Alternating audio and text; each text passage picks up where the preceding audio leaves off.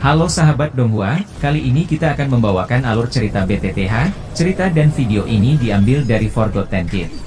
Tanpa banyak basa-basi, mari kita simak alur ceritanya. Di episode sebelumnya, Xiaoyan yang telah menanyakan tentang peraturan pil gathering kepada Yezong. Saat ini singkat cerita 20 hari telah berlalu. Xiaoyan berada di sebuah ruangan. Suhu tinggi menyebar di ruangan itu. Ruangan rahasia itu dibangun menggunakan sejenis batu merah tua. Batu jenis ini disebut dengan batu magma dan diperoleh dari gunung berapi. Pada saat ini Xiaoyan duduk bersila di platform batu. Cukup banyak kotak batu giok ditumpuk di sekitarnya. Api hijau giok menyala di kuali obat merah yang tergantung di udara di depannya. Samar-samar pil obat embronik mulai terbentuk dari kuali itu. Aroma pil menyebar ke seluruh ruangan. Pil obat embronik secara bertahap menjadi bulat di bawah pemanggangan api. Setelah itu sekitar 1 jam mata Xiaoyan terbuka. Dia lalu menjentikan jarinya. Penutup kuali obat lalu terbuka. Sebuah cahaya hijau terang keluar dari kuali obat sebelum menetap di tangannya. Benda yang mendarat di tangan Xiaoyan adalah pil obat bulat seukuran ibu jari. Nama pil obat itu adalah pil Ki instan. Pil itu berada di tingkat 7 kelas rendah. Pil itu dapat memungkinkan seseorang untuk memulihkan beberapa doki dalam waktu yang singkat. Xiaoyan lalu mengeluarkan botol giok dari cincin penyimpanannya. Setelah itu, dia meletakkan pil Ki instan ke dalam botol giok itu. Pada saat ini ada 6 pil Ki instan di dalam botol. Selama 20 hari ini, Xiaoyan tidak pernah keluar dari ruangan. Akan ada seseorang yang mengirimkan bahan obat setelah dia menggunakan semuanya. Xiaoyan lalu bergumam. Dengan keterampilan penyempurnaan pilku saat ini, tingkat keberhasilan menyempurnakan pil obat tingkat 7 kelas rendah sudah cukup tinggi, ucap Xiaoyan di dalam hatinya. Jika Xiaoyan ingin menonjol dalam pertemuan alkemis dan masuk 10 besar, dia harus mengandalkan pil obat tingkat 7 kelas menengah. Xiaoyan lalu bergumam lagi. Aku harus bisa menyempurnakan pil obat tingkat 7 kelas tinggi kali ini, ucap dari Xiaoyan di dalam hatinya. Xiaoyan lalu menjentikan jarinya. Ramuan obat mengalir ke dalam kuali obat. Setelah itu, ia segera membentuk segel tangan. Nyala api hijau giok di dalam kuali obat lalu bergejolak. Retreat penyempurnaan pil Xiaoyan berlangsung selama 1 bulan penuh. Selama 1 bulan ini, dia tidak pernah keluar dari ruangan penyempurnaan pil. Jumlah pil obat tingkat 7 rendah dan menengah yang telah berhasil disempurnakannya terus meningkat. Xiaoyan bahkan secara bertahap menjadi mahir dalam memurnikan pil obat tingkat 7 kelas tinggi setelah banyak kegagalan. Suara bel tiba-tiba terdengar dari luar ruangan penyempurnaan pil. Xiaoyan lalu bertanya, apa ada sesuatu yang terjadi pada klan Ye kali ini? Tanya dari Xiaoyan. Xiaoyan pun dengan cepat bangkit dan membuka pintu ruangan penyempurnaan pil. Terlihat dokter peri kecil ada di sana. Xiaoyan lalu bertanya, ada apa? Tanya dari Xiaoyan. Dokter peri kecil lalu berkata, klan Ye sudah mengalami beberapa masalah, ucap dari dokter peri kecil. Masalah? Masih ada seseorang yang berani mencari masalah dengan klan Ye kali ini? Tanya dari Xiaoyan. Orang-orang yang datang kali ini bukan faksi biasa. Klan Cao salah satu dari 5 faksi besar di wilayah pil, ucap dari dokter peri kecil. Klan Cao? Kenapa mereka datang untuk mencari masalah dengan klan Ye? Tanya dari Xiaoyan. Sepertinya karena pernikahan yang berhubungan dengan Qinlan. Saat itu ketika Yezong dan yang lainnya berada di dalam situasi putus asa, mereka telah merencanakan untuk membuat Qinlan menikah dengan klan Cao. Dan sekarang mereka datang ke sini untuk membawa Xinlan pergi, ucap dari dokter peri kecil. Lalu Xiaoyan bertanya, di mana Tian Honzunze? Tanya dari Xiaoyan. Dia sudah ada di dalam halaman depan berjaga-jaga dan mencegah klan Cao menggunakan kekuatan fisik, ucap dari dokter peri kecil. Kalau begitu ayo kita ke sana. Aku ingin melihat seberapa hebat klan Cao ini, ucap dari Xiaoyan. Mereka lalu menuju ke halaman depan. Sekelompok besar orang berkerumun di halaman depan klan Ye. Halaman depan dibagi menjadi 2 barisan. Di satu sisi adalah kelompok klan Ye, sementara di sisi lain hampir 100 sosok manusia berjubah merah pucat. Mereka adalah klan Cao. Ada 2 orang tetua berjubah merah berdiri di depan kelompok klan Cao. Yang paling menarik perhatian adalah seseorang pria tua berjubah abu-abu dan seorang pria muda yang menggunakan jubah alkemis berwarna ungu. Di dada pria yang menggunakan jubah alkemis berwarna ungu ada sebuah lencana yang menandakan dia adalah seorang alkemis tingkat 7. Yezong lalu berkata, "Tuan muda Cao Dan, klan Ye memang bersalah karena mencabut perjanjian saat itu. Tetapi klan Cao tidak memprotes sedikit pun saat itu. Tetapi bolehkah aku bertanya, apa maksud semua ini?" Tanya dari Yezong. Cao Dan berkata, "Penetua Yezong pasti bercanda. Bagaimana peristiwa besar seperti pernikahan bisa dianggap sebagai hal yang biasa? Mungkinkah penetua Yezong sengaja bermain-main dengan klan Cao?" Tanya dari Cao Dan.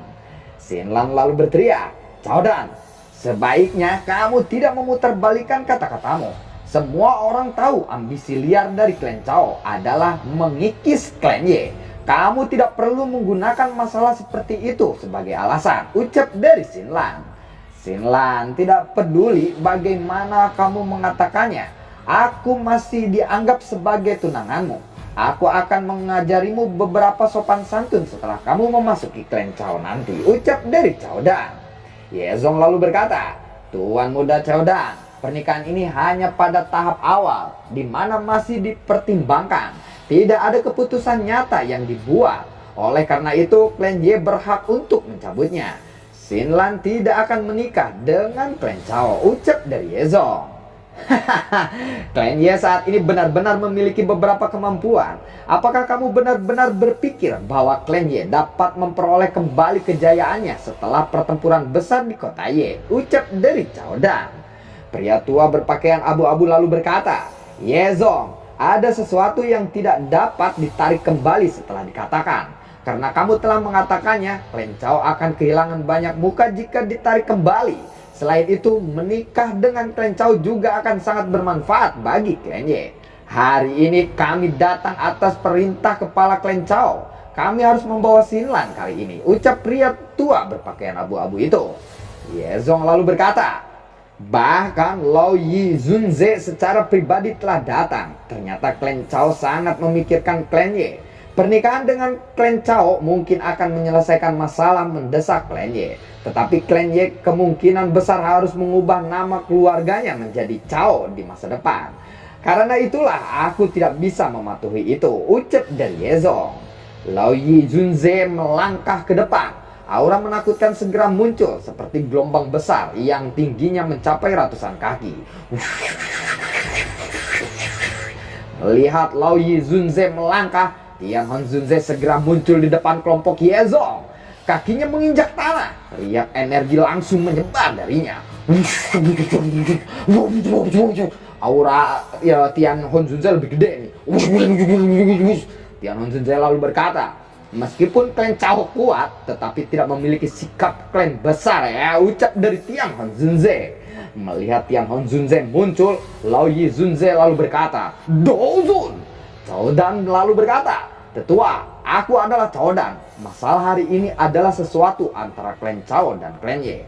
Aku berharap tetua tidak ikut campur kali ini. Jika kamu memiliki masalah tentang pemurnian pil di masa depan, kamu mungkin dapat mencari klan Cao," ucap dari Cao Dan.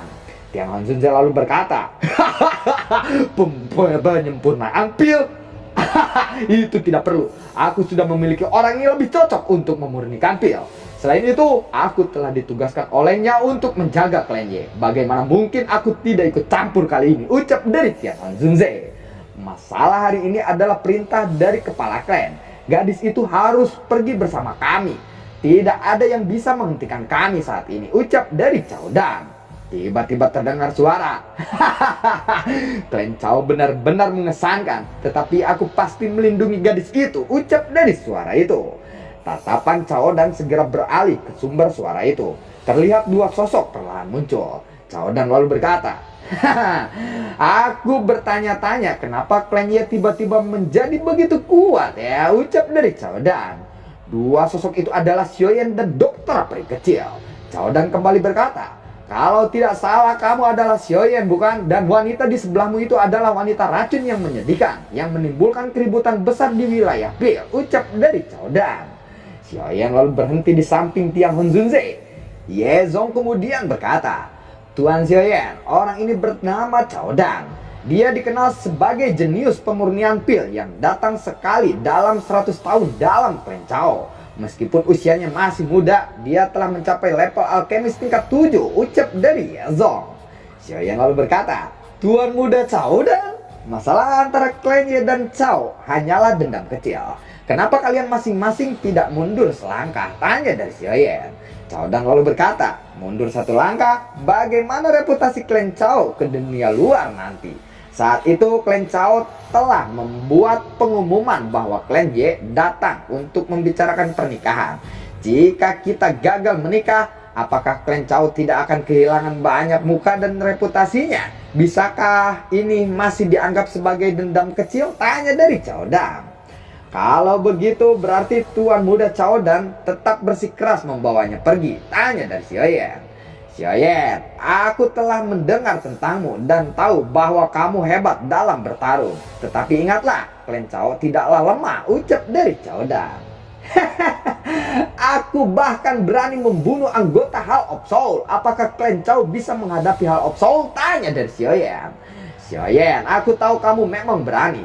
Tetapi terkadang kamu harus sedikit lebih rasional. Kami mungkin tidak dapat membawa Xinlan pergi sekarang. Tetapi lain kali percayalah bahwa dua elit Dozun di belakangmu tidak akan banyak berguna lagi. Menyinggung klan Cao benar-benar tidak berguna. Jika kamu bersedia, klan Cao akan menyambutmu sebagai teman, ucap dari Cao Dan.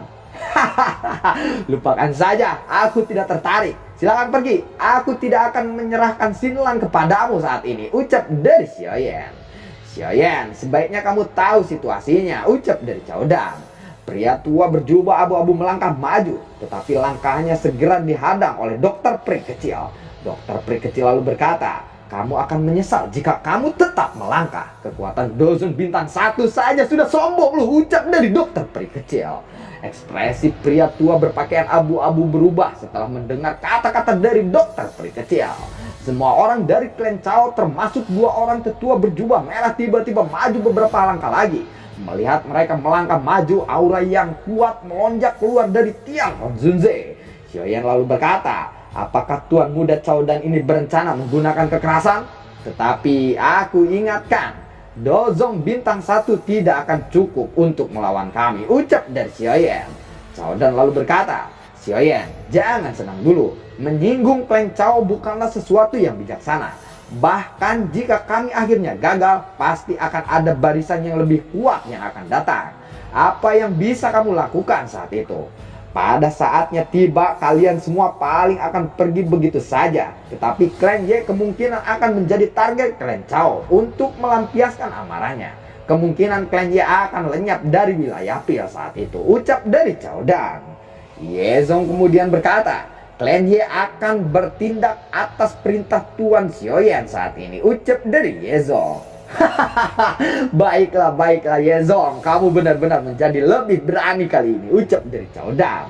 Xiaoyan lalu berkata, Tuan muda Cao Dan, silahkan pergi, ucap dari Xiaoyan. Ada desas-desus bahwa kamu juga seorang alkemis, bukan? Tanya dari Cao Dan. Aku tahu sesuatu tentang pemurnian pil, ucap dari Xiaoyan. Kalau begitu apakah kamu berani bertarung denganku? Jika kamu kalah, klan Cao dapat memilih untuk membatalkan pernikahan ini. Tetapi jika aku yang menang, kamu tidak boleh ikut campur dalam masalah ini. Bagaimana? Tanya dari Cao Dan.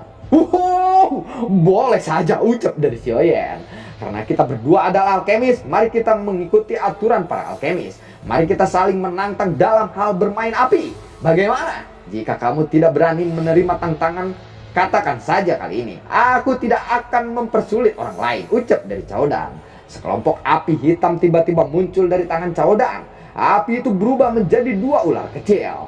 Yezong lalu berkata, Tuan Xiaoyan, jangan membuat kesepakatan dengannya. Cao Dan memiliki bakat yang luar biasa dalam mengendalikan api, ucap dari Yezong. Lu bego ya Xiaoyan, udah 3 api surgawi, masa kalah sama api pentol korek api. Xiaoyan lalu tersenyum dan berkata, kalau begitu aku akan menemanimu bermain saat ini, ucap dari Xiaoyan. Cao Dan lalu berkata, kamu memang berani Xiaoyan, ucap dari Cao Dan. Tatapannya kemudian beralih ke tetua berpakaian abu-abu. Dia lalu berkata, Penetua, serahkan masalah ini kepadaku, ucap dari Chaodan.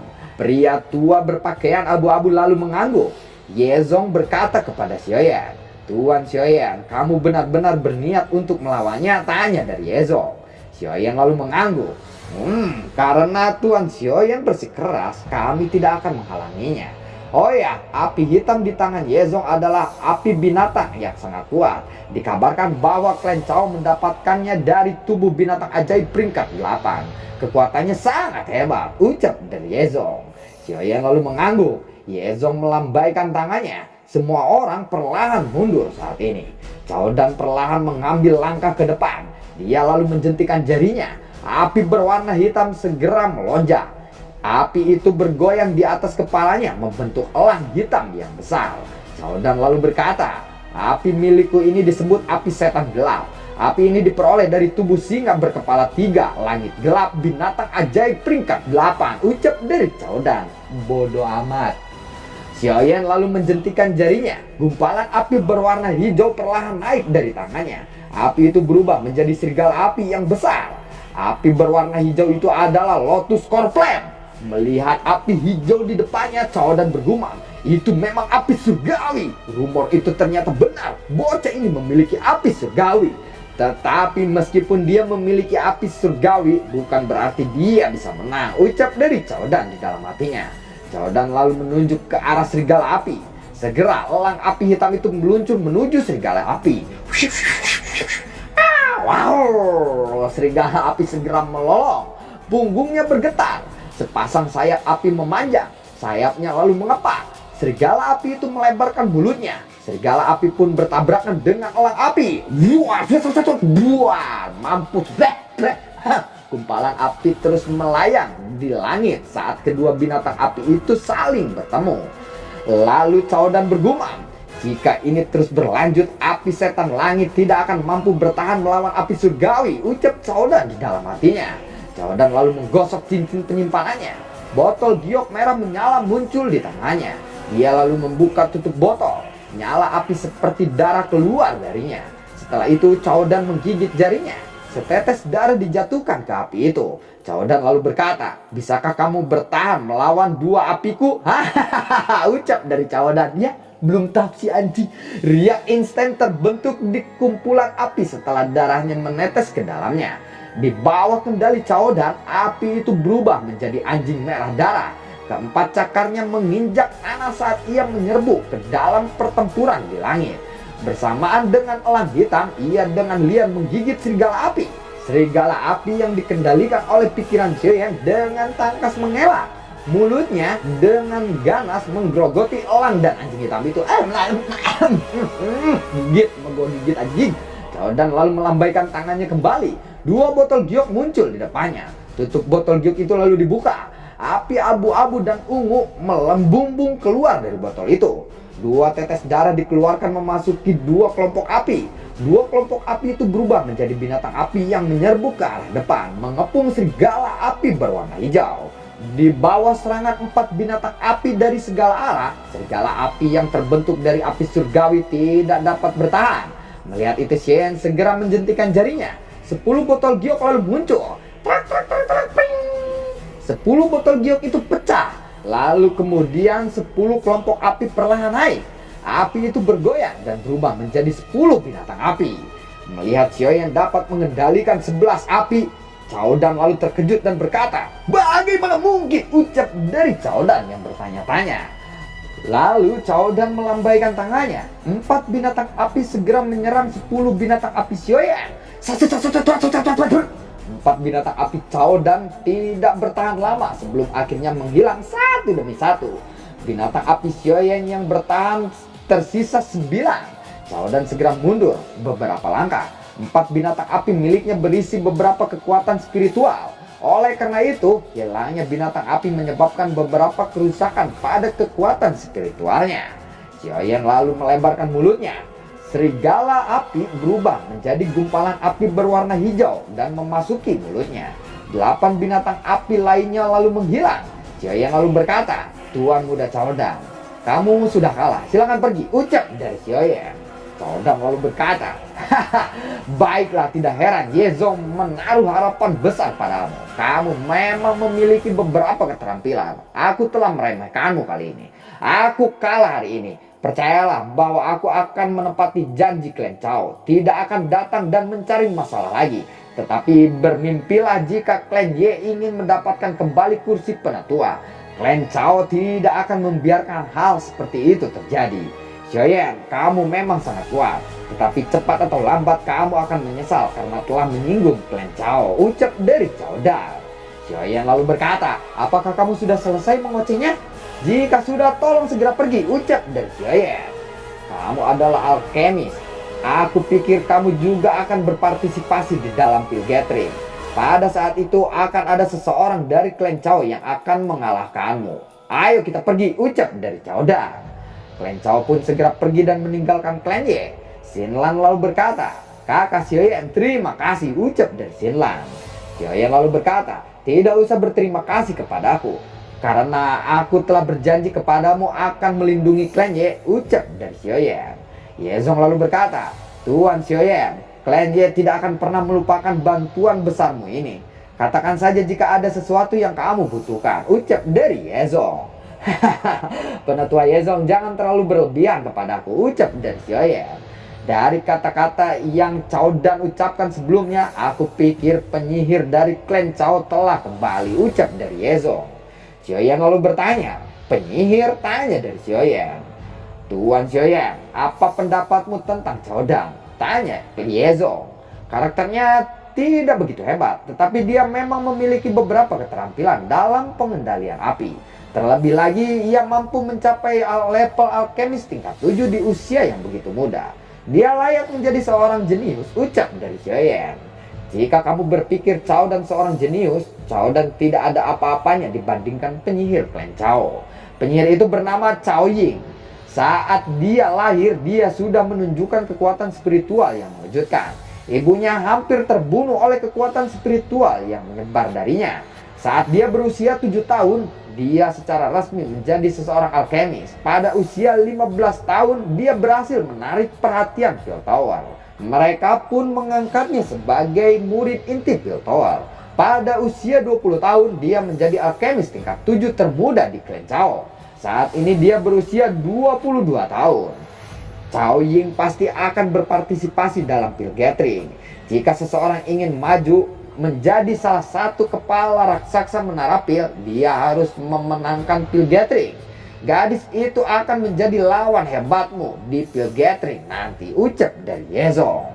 Lalu bagaimana kelanjutan ceritanya? Oke, nantikan konten gue berikutnya. Dan tidak lupa gue selalu ucapin terima kasih banyak buat kalian yang sudah mendukung channel ini dari awal hingga akhir. Terima kasih telah menyimak video ini dari awal sampai akhir ya. Sampai jumpa.